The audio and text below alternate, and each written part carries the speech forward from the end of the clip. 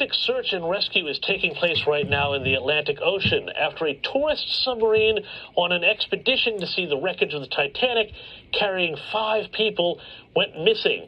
Now, rescuers, we think, only have a handful of hours to find the vessel as emergency oxygen supplies run low. What's up, guys? True Crime King back.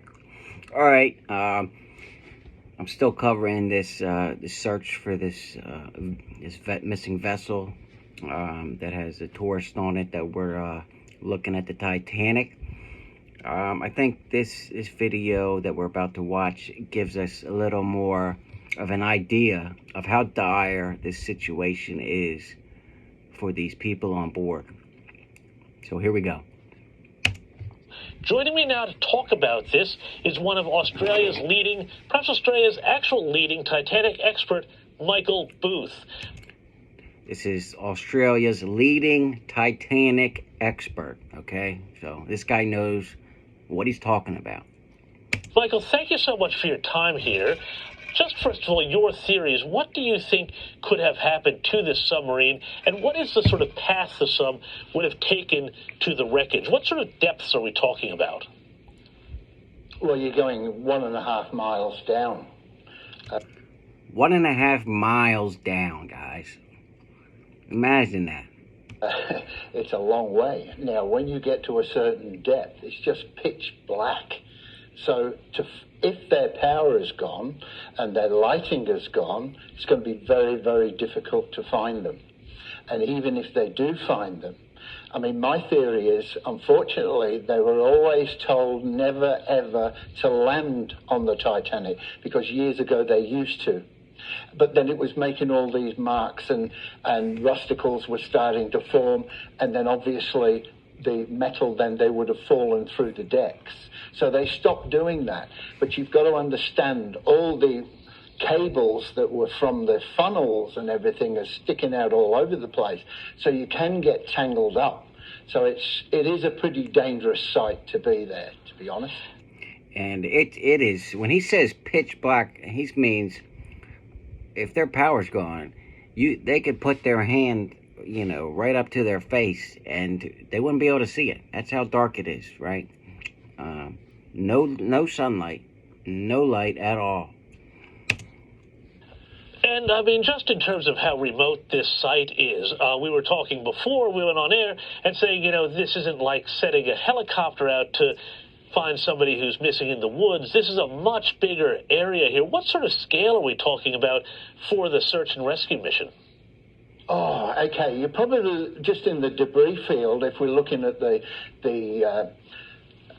bow section, for instance, there you're looking possibly about 5 miles. 5 miles just in the bow section of the Titanic debris field. 5 miles, okay? And remember, they have to send another one of these submersibles down and try and locate this, okay? Look how long it took to find that huge wreck of just the Titanic, okay? And they're looking for something, 100 times smaller, right? It's incredible. The thing is the weather with the, what do you call them? The currents and everything that are down there would sweep them all over the place. I mean, if, for instance, Paul is on this particular mission, the French person who went down, he missed the Titanic when he was looking for it by 300 feet. Ballard beating to it. So obviously, if it's pitch black and they're going down there, obviously they're going to need a lot of lighting. But to be honest, it'd be like dropping a spoon on the sea floor and trying to find it. Like dropping a spoon on the sea floor and trying to find it. That's what this expert is saying it's like. It's really not looking good for these these tourists that are on this little submersible.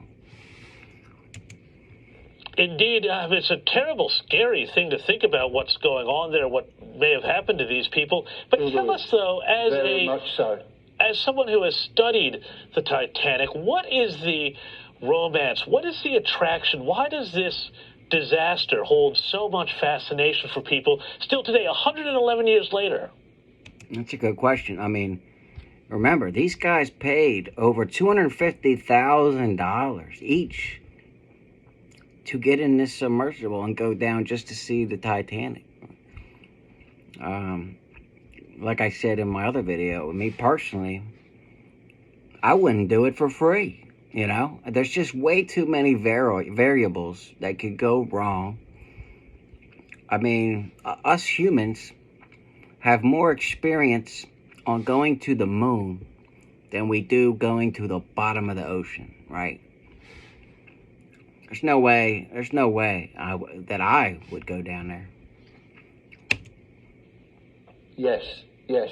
Well, I got into this because my grandfather actually stood on the deck of the Titanic at the age of 7 when it went down the slipway in Belfast before they fitted it out with all the funnels and fancy staircases and so on. So that's where, from probably about the age of 6, there's always been a fascination of the Titanic. He used to tell me all these stories. Unfortunately, when Ballard found it in 85, my grandfather passed away in 84. So it was pretty sad. If it had lived another year that he found it, would have been amazing.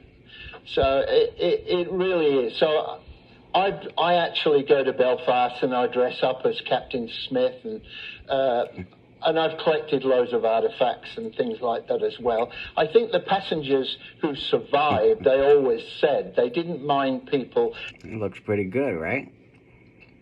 It looks like exactly like the guy from the movie, right?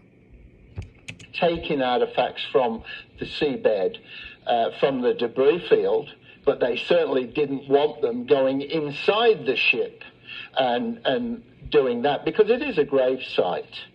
But the first person to do that, unfortunately, was James Cameron when he was told not to. Originally. I wonder if he actually found that down at the Titanic. You know how much that will be worth? Jesus. When he did that movie, he never wanted to make that film. The only reason he did was because they told him he could go down to the wreck. He's been down there now 33 times. And how big how That's crazy to me, going down there 33 times. He's got some balls, big balls, I'll tell you that. often does this?